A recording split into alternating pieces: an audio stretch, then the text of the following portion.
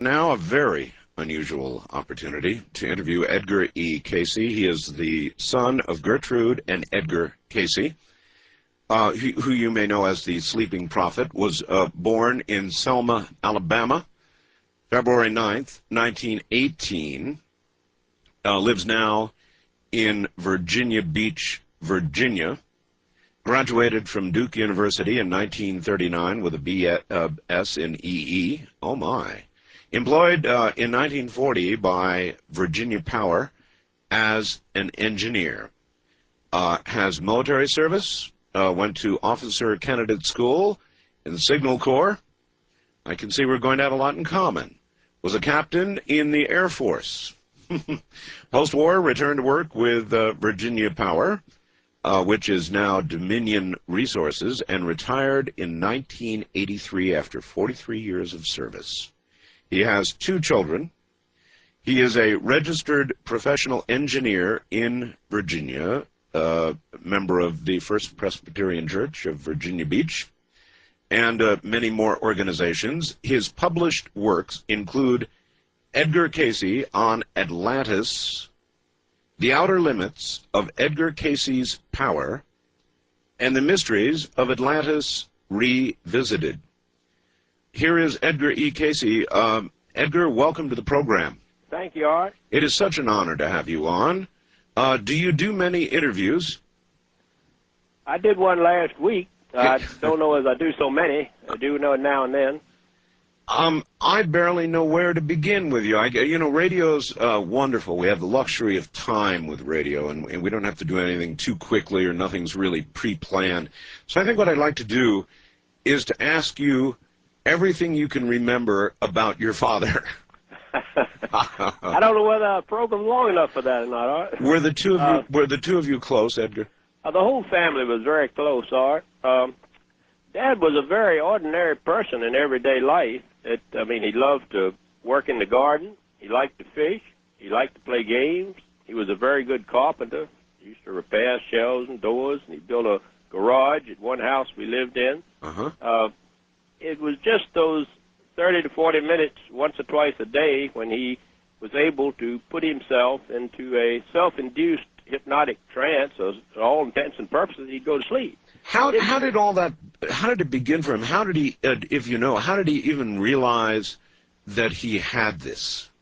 Well, this all began before my time, Art, so it's sort of hearsay, but I've heard Dad and the family talk about it. Well, it's good. He was a young, excuse me. That's quite right. It's good close hearsay, the best we're going to get, so tell us what they told you.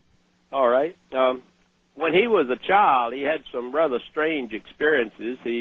For example, he wasn't a very good student in school, and he was having trouble with his spelling lesson one night. And his grandfather kind of got impatient with him, and finally my father said, if you just let me think about it, let me just study it a minute, and I think I'll know everything. And his father said, all right, very roughly, and he went out of the room, and about 5 minutes he came back. Meanwhile, Edgar Cayce had laid down on his head on his spelling book and gone to sleep for 5 minutes. When he woke up, he knew every word in the book and what page it was on, and from then on, instead of a poor student, he became a very bright student. That was at what age? Well, that was about when he was in school. I guess that they had schools then up through about what would be equivalent to the 7th or 8th grade, the kind of one-room schoolhouse. And so in other words, he actually slept on the book and absorbed it. That's what it sounds like. Later on, when he was a young man working in a bookstore, he lost his voice. He couldn't talk at all. Of course, he wasn't much of a salesman when he couldn't talk. No. And all the doctors in town, he'd been to everybody, and none of them seemed to be able to help him. Sounds like Gordon Michael Scallion. Anyway, hypnotism was a sort of new fad then, and somebody suggested that why don't you try a hypnotist, that maybe he can give you a post-hypnotic suggestion such that you'll be able to talk when you wake up. Well, Dad tried it, and there was a medical doctor, several people in attendance when they tried this experiment, And under hypnosis, he could talk a little bit, but he wouldn't accept a post-hypnotic suggestion from the hypnotist. And when he woke up or came out of his trance, he still couldn't talk. But the hypnotist suggested, he says, you're such a good subject, says, maybe you can put yourself into a hypnotic trance. Maybe you can give yourself the suggestion. Maybe you'll take it from you instead of me. When Dad was, of course, he was willing to try anything, he laid down and immediately he was able to go to sleep or put himself into a hypnotic trance. He didn't remember anything he said at the time, but he described his condition and said it was due to congestion in the throat. He says, we'll clear this up. And he turned real red. His face got red. His throat got red. He coughed up a little blood and woke up and he could talk. As far as I know, that was the first reading, the one on himself. And, of course, the doctor, there was an MD there, Dr. Ketchum, who said, well, Edgar, if you can do this for yourself, maybe you can do this for some of my patients. Well, Dad was always willing to try to help anyone he could, and he tried giving readings for other people, and he was very successful, some very accurate readings, and that's how he developed, as I understand it, this ability. About what year would all that have been? Well, this was way before my time. Is when he was about 20 years old. It was back in the late 1800s in Kentucky. The power of healing is one that I believe in very strongly, and that's a remarkable story. He coughed up blood, and he regained his power of speech. In other words, he cured himself. He cured himself, that's right. That was the first so-called reading. I think the word reading came from lack of a better word to describe what he did. Well, what he did sounds like diagnosis and treatment. Well, that's true. That was his main, the main focus of his reading were the physical readings. He gave over 14,000 of these readings in his lifetime, and about 60% of them were diagnosis of other individuals' physical condition. He didn't actually treat the condition himself, as he did for himself there. But he did diagnosis. He did diagnosis. 14,000 of them, Edgar? Over 14,000. I think it's 14,470-something or something like that. There are copies of these readings at the Association for Research and Enlightenment in Virginia Beach with the doctor's reports and the patient's reports. And, of course, the people who didn't follow them didn't get any results. If people followed them halfway, they got halfway results. And if they followed them in detail, they got excellent results. By that you mean the diagnosis? The diagnosis, right. And then your father would recommend to them a course of action? That's right. He would suggest a course of treatment. It varied. That was the thing. He didn't stick to any one particular thing. I mean, sometimes he would recommend an operation. Sometimes he would recommend a diet. Sometimes even osteopathic chiropractic treatments, which didn't set well with the medical doctors, but sometimes he would describe compounds or herbs that he would give the formula for to make it up. In other words, you could probably sense deficiencies of one sort or another in somebody's dietary habits. It sounded like it. Yeah. But did your father ever describe the precise way that he was able to discern this, or that it came to him, or was it a mystery to him? I think it was a mystery to him and to everybody else. Of course, he was asked questions about it, and some of the answers sound as strange as the stuff. He said that this was an ability that he had inherited in a previous lifetime that he had done before. It sounded like an ability or a talent that was developed. Now, this idea of reincarnation was something that came up much later. In the early 20s. I had been born then, and it was while we were in Dayton, Ohio. Someone suggested, wanted I guess they call it an astrological reading, wanted to know what effect the stars had on a person's life. And right. He said, well, the stars didn't have as much effect on anybody's life as his previous lifetimes. And he proceeded to describe this person's previous lifetimes and the effect it had on his present life. Now, and when he woke up and heard what he had said, he was as astounded as anyone else, because he didn't know anything about reincarnation or karma. He didn't realize that many people in the world believed in it, and that he always said if he ever gave a reading that hurt anyone, he'd never give another. but he never did. And some of the life readings seemed that vocational guidance readings seemed as helpful as some of his physical readings. So Did he continued to give them. Did he get any information on who he had been in a previous life? Yes, I understand much? he did. It was a long time ago, and there were several previous lifetimes. I don't remember all the details of that now. You can, there's a recent book been written about it, I think, that mentions some of his previous incarnations. When did you become aware? How old were you when you realized your dad was different? Well, you know, Art, growing up in a family is a little different than being exposed to this from, all at once from the outside. And when I was real little, excuse me, I thought everyone's father gave readings, I didn't,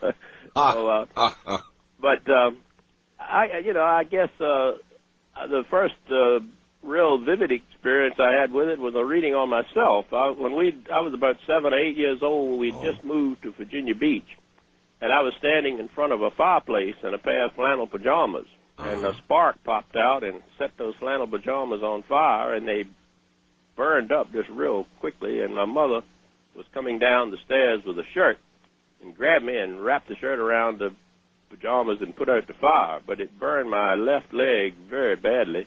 I was out of school about 4 or 5 months, and the doctor never looked at it. I asked Dad to please give me a reading. He did immediately and described what to do for it. And what did you do for it? Well, it was a number of things. There were fluids to wash it with. I think it was ungentine at that time was one of the for that preparation to put on it for a very severe burn. And as it began to heal later, the skin grew across so I couldn't straighten out my leg. And then he told me what to rub on it, what to do to straighten it out. Wow. It did straighten out. I played football, basketball, baseball in high school and college, and it doesn't bother me at all. He even gave me something to remove the scar, and I rubbed it on for a while, and then I decided I couldn't see it, and I didn't really care about it, and I quit doing it. So I still have a scar on the back of my leg about half as big as the original one from my ankle to my butt. But, okay, well, you regarded this then as a normal thing. But at some point in your life, you had to realize Dad's a little bit different than everybody else. Oh, there's no question about it. And I was one of the things that got me into writing the first book. I'd had a life reading also that, now not every life reading he gave described or mentioned Atlantis. Of the 14,000 readings he gave, about 2,500 of them are these so-called vocational guidance readings or life readings. About 700 of them, maybe almost a third, did mention past incarnations of people in Atlantis. Well, Atlantis was just a myth. It is to many people still. There isn't any proof that it ever existed. Of course, there's no proof that it never existed either. So I thought I could go down there to the association. We have copies of all these readings in the files at Virginia Beach. At that time, they were on microfilm and just been put on to preserve them. When the Dad gave a reading, a copy was given to the patient and a copy was kept on file. I said I could go down there and maybe look up all the life readings on Atlantis and find some proof that it either existed or didn't exist. At that time, I didn't care which way. I just wanted to know the answer. Sure. So I said, well, I could probably do this in a few weeks, and that was a very naive idea. After about a year later, I had read every life reading on Atlantis that I could lay my hands on, and the amazing thing about it was some of these readings given 20 years apart never, they didn't contradict each other. And it wasn't that he gave a reading on Atlantis and said it existed. He gave a reading on a person and mentioned an incarnation in Atlantis and told that person's characteristics in life and described how it affected him now. And by putting all those little pieces together, trying to arrange them in some kind of chronological order, that's what came out of that book. Well, it turned out to be very successful. It came out in '68. It's still in print after 30 years. And what is the name of it? Edgar Cayce on Atlantis. And now we've got an update. The Mysteries of Atlantis Revisited. There have been, yes. When he gave these readings, this was before radiocarbon dating. And many of the statements he made back in the 20s and 30s, when many of them were given, sounded ridiculous because the ideas of geology and archaeology were quite different Oh, yes. then than they are now. And when he said that man had been in North America 10,000 years ago or 20,000 years ago, and in South America even longer, that the poles had shifted in the past, you know, all kind of things like that, well, it sounded ridiculous. But now with radiocarbon dates of 17,500 in Pennsylvania, 20,000 in California, 35,000 in South America, it's turning out that man was in the places that Edgar Cayce said he was at the time he said he was. So it kind of stands to reason that if, you know, statements like that were true. Well, he made the statement one time, Art, that the Nile River used to flow west into the Atlantic. Well, that was 60 years ago. And, of course, there wasn't any way to prove whether the Nile River flowed into the Atlantic or not. That's right. That millions of years ago. But in 1987, when they took the pictures from the space shuttle with the ground-penetrating radar with Sahara, it showed that the old course of the Nile was west into the Atlantic, exactly where Cayce said it was. When you did all this research and you researched these people who had been said to have prior lives in Atlantis, what kind of proof did you run into? Or cooperation, for example, people who may have known each other, or references that could be checked from one person's reading to another person's reading, that kind of thing. Did you? That was the thing. I call it the internal consistency of the readings. The fact that the one reading didn't contradict another. It was a reading given 20 years later was just like for a different person, was just as if it had stopped and taken up. But did you find places where they corroborated each other? Oh yes, about the times that he would very seldom did he mention dates unless somebody asked him, but he did mention 2 or 3. Now the origin, the myth of Atlantis, or the story of Atlantis, originated with Plato back in the 5th century B.C., and he described it as he said that Solon, someone had been in Egypt, and the priest in Egypt had described to him this civilization that existed in they called it beyond the Pillars of Hercules, which was the Rock of Gibraltar and another mountain on the other side of the Mediterranean, the entrance to the Mediterranean from the Atlantic. And he said it was beyond the Pillars of Hercules, out in the South Atlantic, and it was a great civilization and very advanced, and that it had been destroyed in a volcanic catastrophe 9,000 years earlier. Well, that put it in the class of a myth, because nobody believed that there had been any civilization that long ago, 9 to 10,000 B.C. That's right. And since Plato's story, there have been thousands of books and pamphlets written about it, some of them trying to amass evidence that Plato was right, and some of them trying to prove he was wrong, and some of them trying to rationalize the story by moving it to a different location or changing the date. And the thing that convinced me about it was the fact that Dad said that people had incarnations there, and he was so accurate in his physical readings, and he was so accurate in many of his other life readings, describing the characteristics of persons and the kind of occupation they were in, the problems they were having with their family. The other readings had been accurate. The things he said in the other readings about geological and archaeological events of the past. That kind of came later, didn't it? A came lot later, of the right? But predictions. He has been so accurate in that. Why, maybe there's some truth in this Atlantis story. Maybe there is. I think that your father suggested there would be something called the Hall of Records found beneath the left paw of the Sphinx. Is that correct? That was mentioned in a reading, right?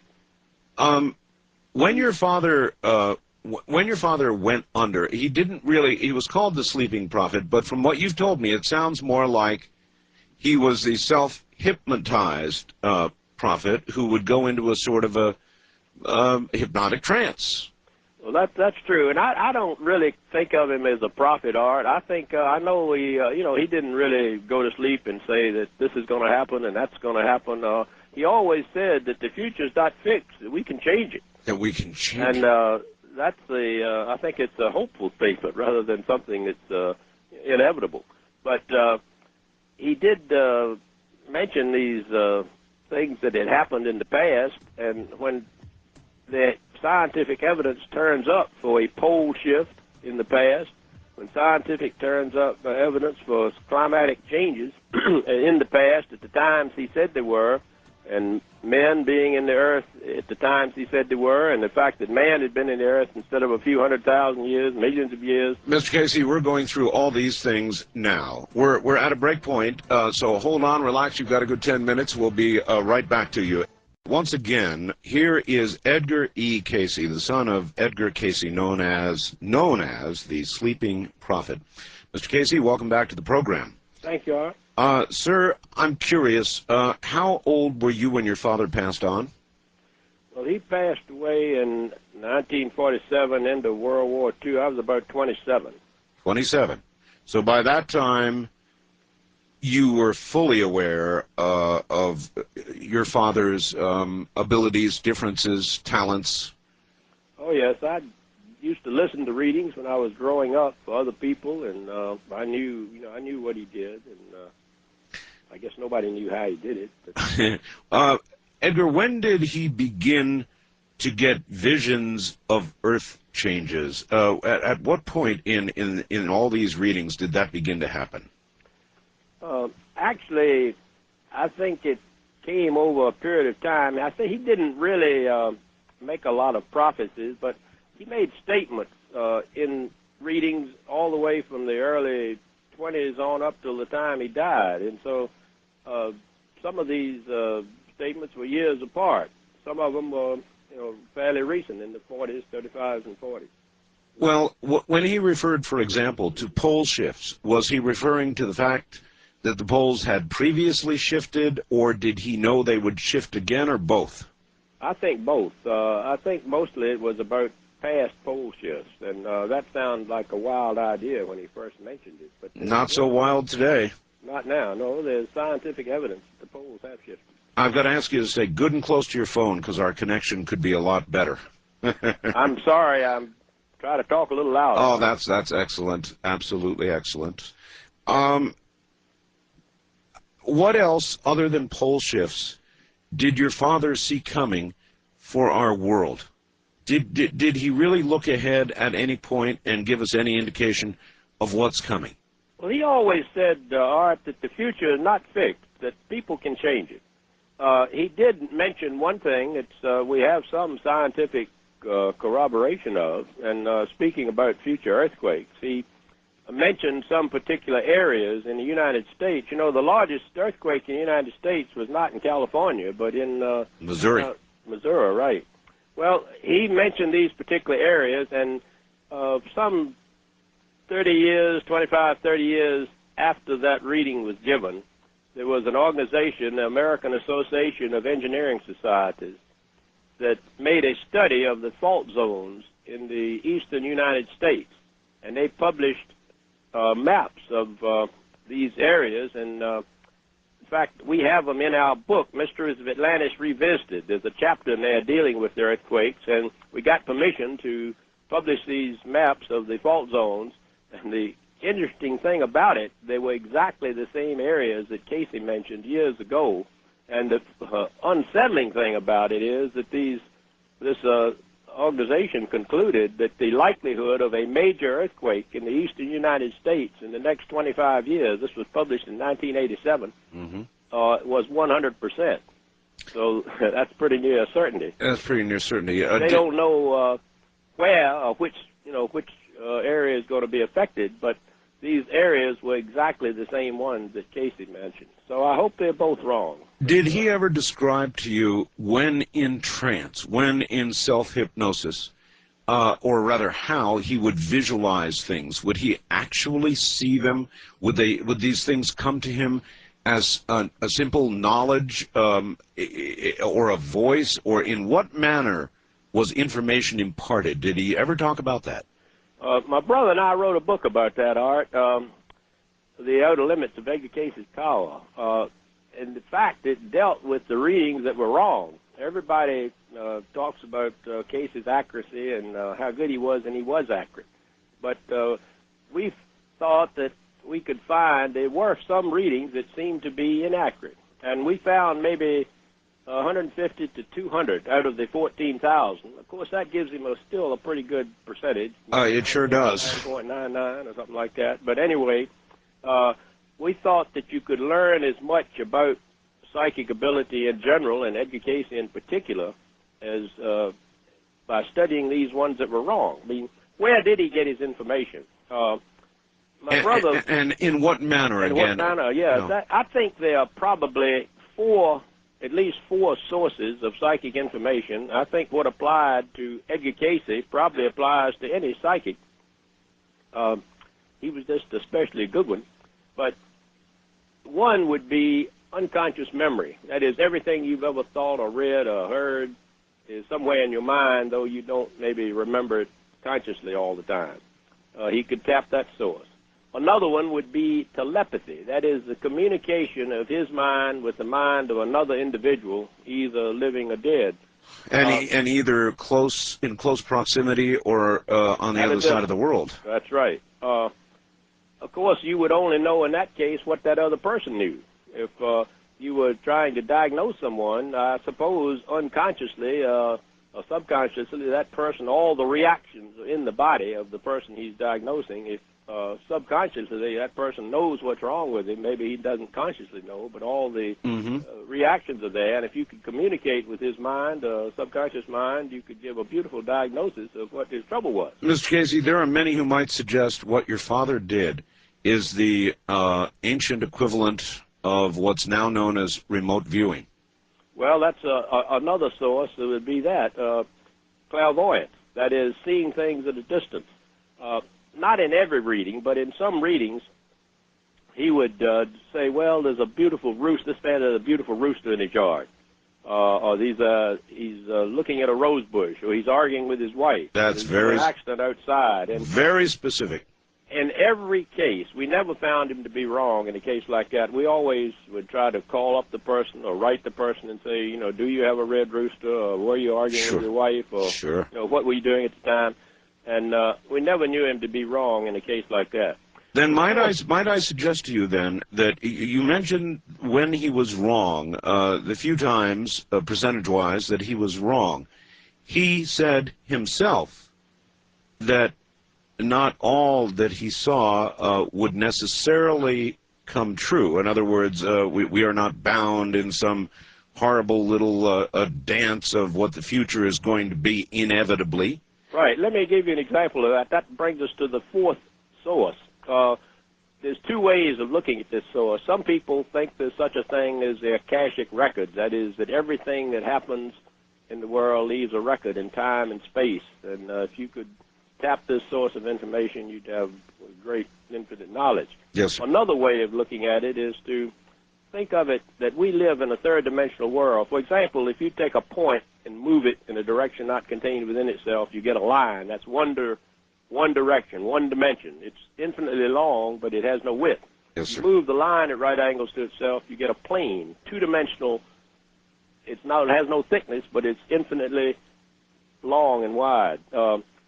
You move the plane at right angles to itself, you get a cube, three-dimensional world. That's the kind we live in. Right. Suppose you could move that at right angles to itself, a direction not contained within itself. We can't conceive of that. You would then be moving in another realm or dimension. Well, suppose we moved it in time, in space. Suppose it existed yesterday, today, and tomorrow, and that we're only conscious of the present.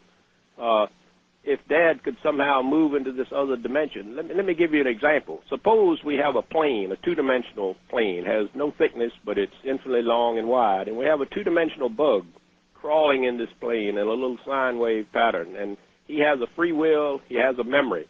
He remembers where he was, he knows where he is, he knows nothing about the future.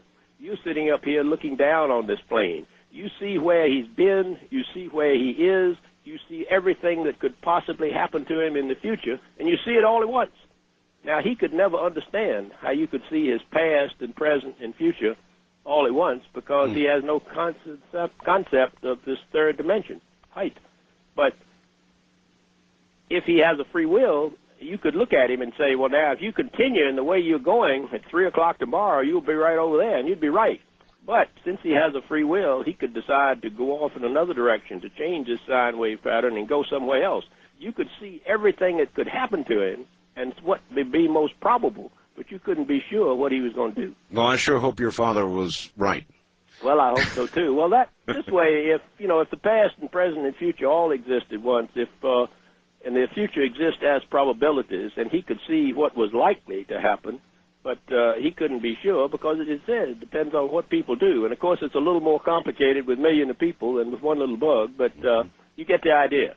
I do. Also, it was said that your father, when he would go into trance, when he'd come out of trance, out of a particularly difficult viewing, and that this became worse as the years went on, it would drain him physically, make him weak. Well, what happened, Art, normally he would give 1 or 2 readings a day. That is, it took a certain amount out of it. It wasn't exactly like physical exercise, but I suppose it was a mental strain in a way. And when he became popular, when the book There's a River came out, and he became popular overnight, people began to call him in the middle of the night, kind of like this conversation, but they would say, my wife is dying, my daughter's dying, doctors Yes, can't help her, can't you do something for her? Please give her a reading. And he got hundreds of those requests. He had to have the phone number, get an unlisted number. They brought the mail there in trucks. And he couldn't not help people. He felt like it's something he had to do. Instead of giving 1 or 2 readings a day, he started giving 4, 5, 6, 8, 10.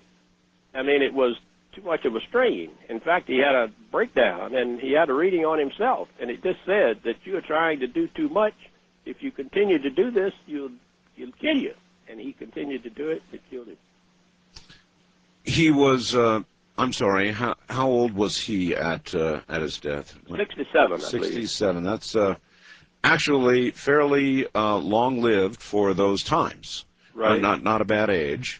What is your current age, sir? I had my 80th birthday last week. You're 80 years old. How about that? Oh, congratulations. Oh, that's really something. Your father obviously passed on to you some good things and some strong genes. Well, I hope so for a while. Did he pass on to you anything else? Well, of course, I had life readings. I don't talk about my personal readings, but I think they were very accurate. They've helped me. Did he pass on to you any inherited ability? I don't have any psychic ability. Art. The only thing I can remember, I had a dream once I was eating a giant marshmallow, and when I woke up, the pillow was gone. I was kidding, but I don't. I really don't have any psychic abilities. What has it been like? You're now 80. What has it been like, sir, living with what your father was all these years? It surely has changed your life and shaped and affected your life completely. Well, I think it does. I mean, he suggested, for example, where I should go to school. He even said, you could get a scholarship, said go to Duke and study engineering. He said, now, I graduated from a little high school that had 28 people in its graduating class in Virginia and Beach, and the chance of getting a scholarship from a small school looked up at chances of a snowball in hell. Mm. But I was valedictorian of the class, but I was still, that's a small school, and I put in for a scholarship, and I got it. So he was right about that. And then you proceeded. I've enjoyed engineering. I think it's not, you don't get rich, but I think you have a satisfying life. That is, if in my case, if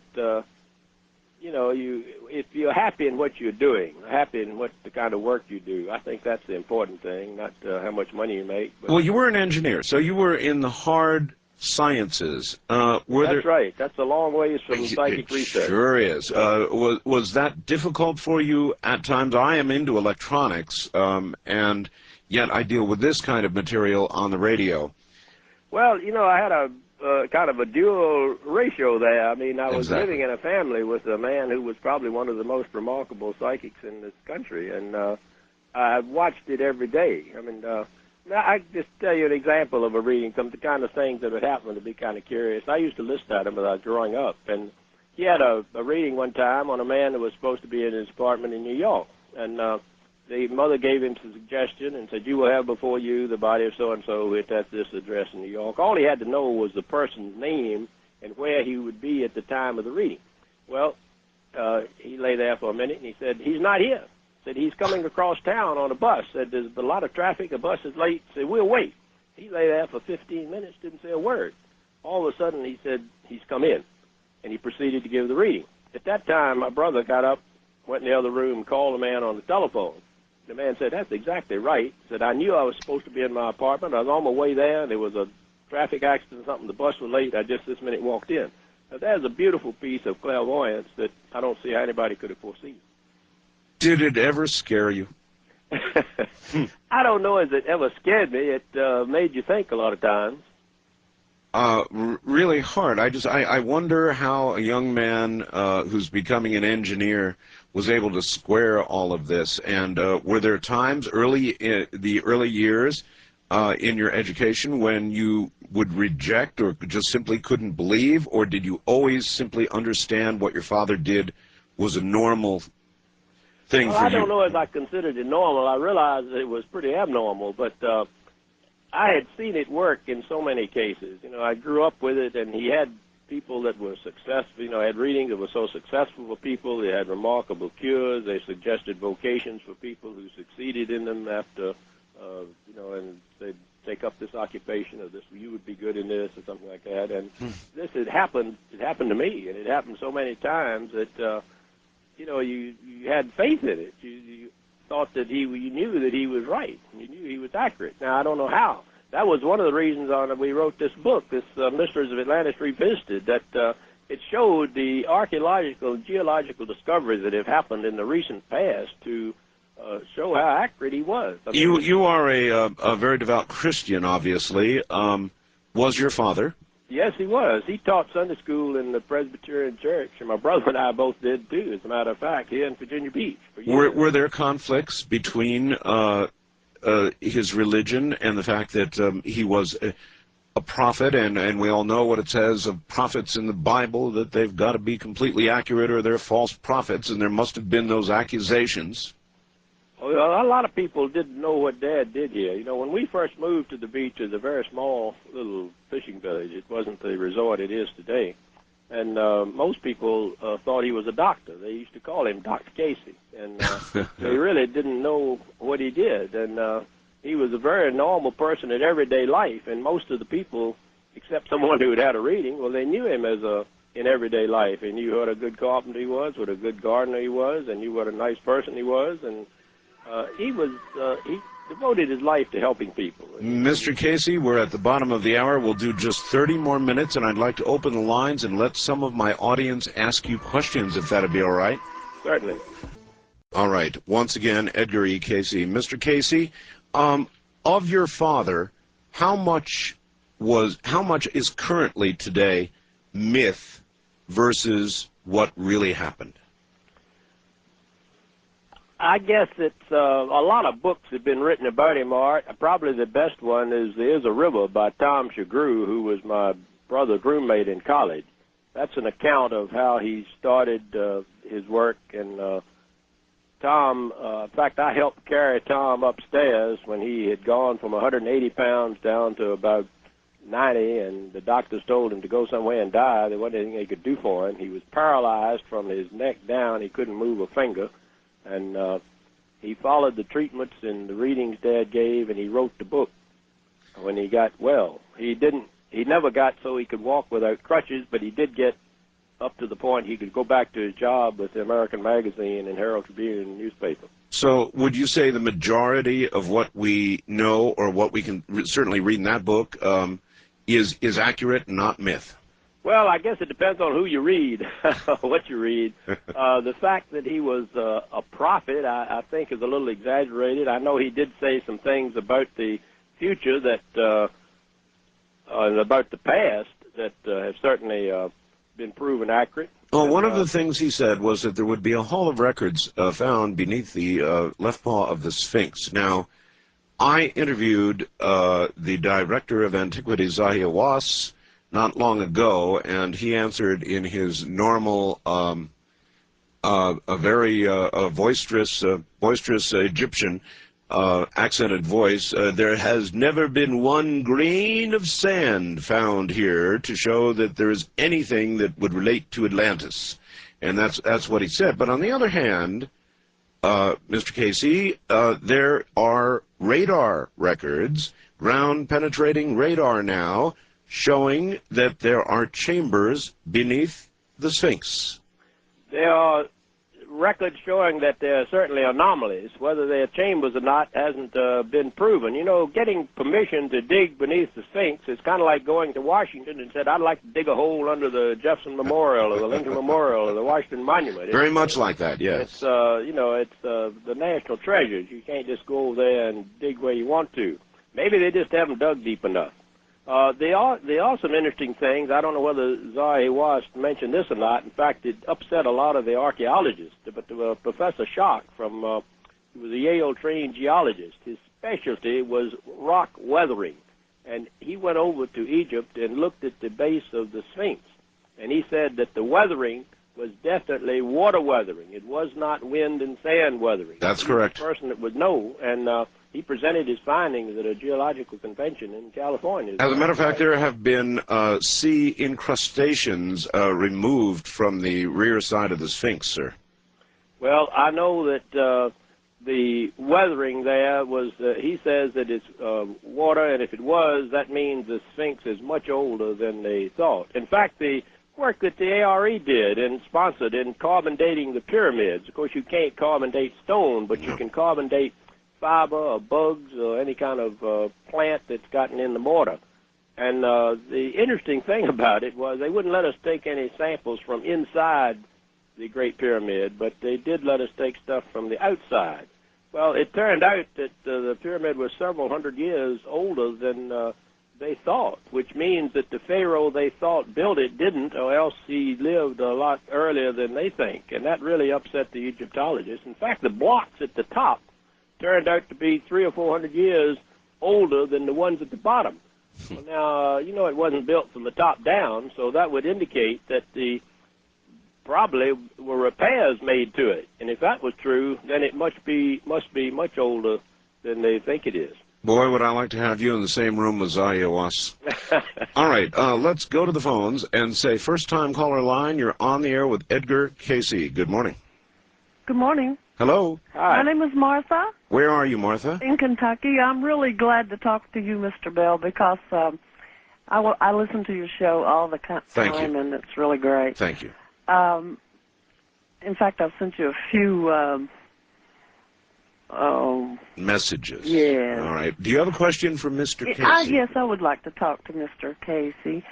I got to know the A.R.E. when my sister had psoriasis really bad, and nobody could fix it. And, of course, every doctor has, 10 different reasons why you would have psoriasis. Sure. And I'm a registered nurse, so I went to the A.R.E. to get help for her. And, in fact, she was healed. And Edgar Cayce had these things that he said you should do for psoriasis, and it got better. So then a lot of, Mr. Cayce, a lot of the things that your father said as he took readings then later applied to other people in some way, in some Yes, other people. way? That psoriasis, Martha, that psoriasis is a good example. In fact, there's a doctor up in Pennsylvania, I believe, that has treated a number of people by putting together a lot of the readings that Edgar Cayce gave on people with psoriasis and making up a sort of regimen of treatment. And he's had great success in, as you say, curing people who have psoriasis. There was you told us there was a phone number that you had that people could call. There is an 800 number. If anybody's interested in knowing more about the readings, the Association for Research and Enlightenment in Virginia Beach does have a record of them. The number is 1-800-333-4499. And they can either call that number or they can write the association or the Edgar Cayce Foundation at 67th and Atlantic Avenue, Virginia Beach, 23451. Will the Cayce Foundation continue? I'd like to think so. there is an organization that probably has 25, 30,000 members in the United States and many members overseas in other countries, and the purpose is to preserve the records that Edgar Cayce gave and make them available for study. And one thing that, as you pointed out, as Moss pointed out, one thing that can be done is people can come there and look at it and see if there are any suggested treatments for ailments similar to what they have that might be useful in their case. Of course, most of these readings were for individuals, and what might apply to one person might not apply to another. Did your father tackle diseases that were in fatal final stages, cancers, heart problems, that sort of thing? Sometimes he would say, that there's nothing that can be done for this person. That, oh, he would. All gone. He would. He would say, he would virtually tell people they were going to die.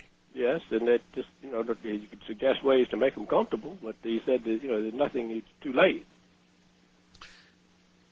Did your father ever tell you, Mr. Cayce, where he thought his power came from? I don't think he knew. He had life readings on himself that said it was developed in a former life, or in former lives. I think the sources that we talked about a few minutes ago, I think they apply, and I think he probably used a number of them. There's the rest of that chapter had on the nature of psychic perception in the book, had some reasons for why sometimes they work better on others. The fact that the attitudes and the purposes and the reason for the reading seem to affect it. I know for a fact if Edgar Cayce were physically ill, or if he had a bad cold, or if he'd had a stomach ache, if he'd had the flu, or if he were emotionally upset about something, that he didn't get as good a reading as he would when he was perfectly healthy. So certainly his physical health did affect the accuracy of some of the readings.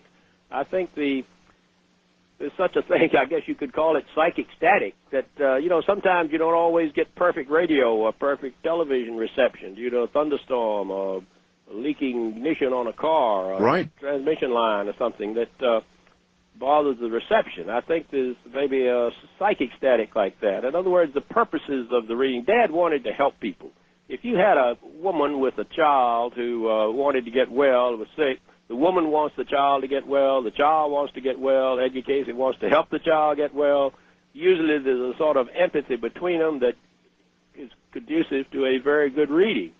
And, sometimes if somebody comes up and says, well, I'm looking for an oil well or a gold mine, and I'll give you a little bit of it if, we find it, what's their purpose? It's a selfish purpose. They're not trying to help themselves. I was just about to ask you about that, whether he had been approached in that manner, whether people, and whether he, in fact, even used what he had to, at times, enrich himself. I don't think he tried to enrich himself. He didn't. In fact, when in the story that, again, it happened before my time, but in Kentucky, he would be asked questions in some of the physical readings. Somebody at the end of the reading would say, well, now, who's going to win this horse race? Or what's going to happen to the stock market? And he would answer, much to the person's profit. But when he woke up, he wouldn't feel well. He would have headaches. He would feel nauseous. He just realized that something was wrong, and he couldn't figure out what it was. And when he found out what was happening, he got very mad. He packed up and moved his family from Hopkinsville to Selma, Alabama, where I was born, and just opened a photographic studio, quit giving readings. So over that exact issue. Exact issue. And when my brother was burned with some flashlight powder, he began giving readings again. He gave a reading on him, and it was remarkable. The doctor said he was going to lose his sight, and they wanted to take out one eye to save the other, and they didn't have to, and it was one of the first uses of tannic acid for burns. And he then got well, and Dad started giving readings again. But from then on, my mother was the one who conducted the readings or gave him the suggestion for him. It was someone he could trust that wouldn't stick in these questions about gold mines or oil wells or whatever, and he was able to continue successfully from then on. Mr. Cayce, is there anybody in today's world, in the modern world, that you would consider to be the equivalent of your father? Julian went all over the world studying psychics and meeting them, and he never found one that was as accurate as Cayce was over his longer period. There are many people in this country and all over the world that have varying degrees of psychic ability, but I don't know anyone who has the track record of Edgar Cayce. I mean, he gave thousands of readings over a period of 20 or 30 years, and we have the records of them there. I mean, people can come down there. The library is open. It's free. You can come and look at the readings and look at the reports and see what he said, and we're not trying to hide anything. In fact, we're trying to make it available for use. But, Mr. Cayce, still today, then, your father's power, where it came from, why he had it, we know how he used it, but all the rest, we don't know any more today than we did the day he did the first reading. That's probably true. All right, Wildcard Line, you're on the air with Edgar Cayce. Good morning. Good morning, Art. And Mr. Cayce, it's truly a great honor. I have a deep amount of respect for your father. I've read pretty much everything I can find on the man. I would suggest that everybody visit your organization's website. Where are you, by the way, sir? East Coast, near Washington. Washington, D.C., all right. By the way, Mr. Cayce, there is a website, is that correct? I believe he is. I don't have the email address of it now. Okay, well, I think my caller does. Caller?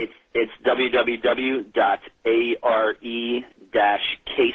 that's CAYCE.com. And when I say dash, it's a hyphen, so it's ARE-Cayce.com. Got it. Do you have a question? It really is terrific. I've spent a great deal of time in there researching. All right, we'll have a link up in minutes. Quick questions, real quick? Yes. Let me just throw them out real quick. A, is it possible that Atlantis itself is buried beneath the sand at Giza, hence the pyramids, the Sphinx, and so on, are actually the remnants above what may be the city beneath? Secondly... I don't think so. He didn't say that. He said that Atlantic was located in the South Atlantic, that there were records of Atlantis buried in Egypt. In fact, he said there were some buried in 3 places in the world, some in South America, Yucatan, and some in Egypt, and some under the ocean. Well, with regards to his Rata previous life, yes. Which some people have interpreted as having been that Cayce himself in the previous life placed the records in the Hall of Records, was there anything further on that? And interestingly, also, his suggestion that the Earth changes would culminate in 1998 has always struck me as suggesting perhaps that they would, in effect, kick in and culminate with a major release of that energy in 1998, which, of course, is today. He did mention 1998 as an important year, but again, he said the future's not fixed. You know, we can change it. I don't really know what's going to happen. Anything on alien civilizations? There's been some suggestion by finds on Mars, which have some relationship to Giza, that other previous civilizations, perhaps the Sumerians, were descended from the Anunnaki, a race from another planet. Was there ever anything as far as reincarnation from another species or any information about that at all?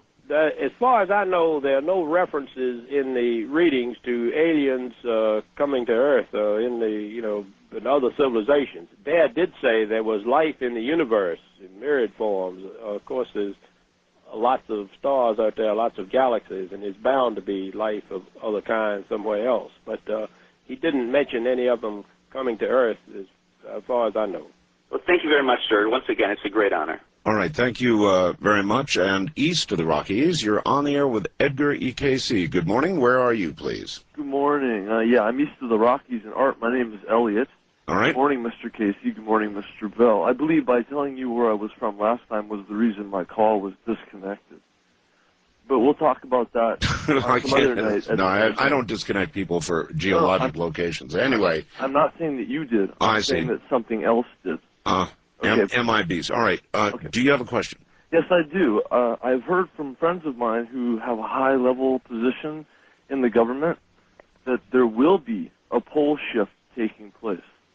Oh. And it will be happening, and I was given a rough estimate around the year 2005. All right. There are many who believe that, Mr. Cayce. Did your father project or tell anybody when he thought the next pole shift might occur?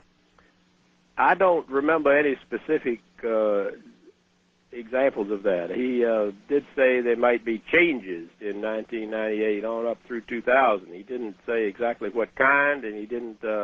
I think there may be. I mean, I don't know, but here again, it's we can change that, even physical changes. Mr. Cayce, as you look around today's world and listen to today's news with anthrax and wars and social disruption and so much that has changed in our society, would you think your father to be pretty much on track with regard to predicted changes for beginning in 1998? I mean, is that the way the world looks to you? Well, you know, the media plays up a lot of the exciting things or the bad things. There's a lot of good folks out there and a lot of good things happening other than anthrax and people trying to destroy the world. But we have, I know we have, I think, done a lot of things that we could do better. And hopefully people will change their attitude and about things in the future and not get us into these situations that might lead to our own destruction. You're a hopeful man. West of the Rockies, you're on the air with Edgar Cayce and Not a Lot of Time. Hello. Yes, this is Steve from San Diego. Yes, sir. I'd like to talk to you, Mr. Cayce. Quick preface, your father's legacy followed me around for about 5 years as a teenager before I finally got around to reading the biography. But wanted to know, in the biography there are two paranormal experiences that, or powers that were mentioned for your father as a child. One was that he could put books for his schoolwork under his pillow and read them at night while he was asleep, and the other was that he had sprite or pixie type of play friends.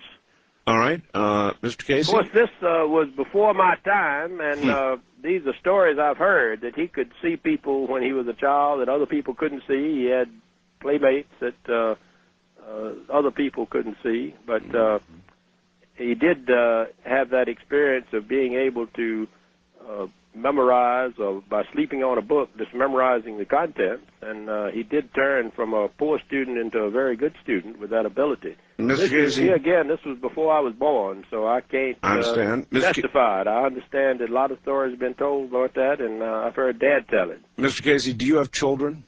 Yes. Do they have any abilities? As far as I know, they do not. They have some good abilities, but they're not psychic. I Most of them, my son graduated from Duke as an electrical engineer. My daughter graduated from Ohio State in psychology, a major in BS in psychology. Boy, what a pleasure it has been to have you on the program. I know it's getting mighty late back there. Well, I guess, boy, it's getting mighty early. It's about 5 minutes to 4 here.